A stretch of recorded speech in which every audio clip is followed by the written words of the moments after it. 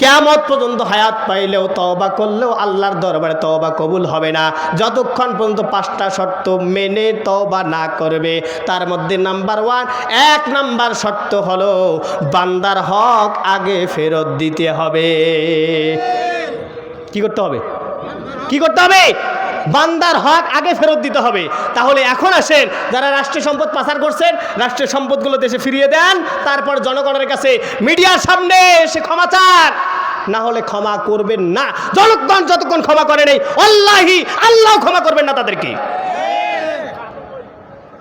সম্মানিত ভাইরা আমার, তাহলে যারা যৌতুক নিয়েছেন শ্বশুরকে নিয়ে ফেরত দেন, দিয়ে স্যালেন্ডার করেন, শ্বশুর আব্বা ভুল হয়েছে, বুঝি নাই, নিয়েছে, এই যে দিয়ে গেলাম, আমাকে ক্ষমা করে দেন। তারপরে আল্লাহর কাছে ক্ষমা চান, নচেত ক্ষমা হবে না।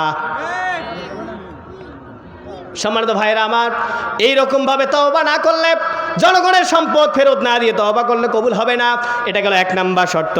2 নাম্বার শর্ত হলো আপনি যে অন্যায়টা কাজটা করেছেন এই কাজটা পরিহার করা। 3 নাম্বার শর্ত হলো লজ্জিত হওয়া, আল্লাহর কাছে ছোট হওয়া, আল্লাহর কাছে বলা। 4 নাম্বার হলো ভবিষ্যতে আর না করা, এই ওয়াদা করা।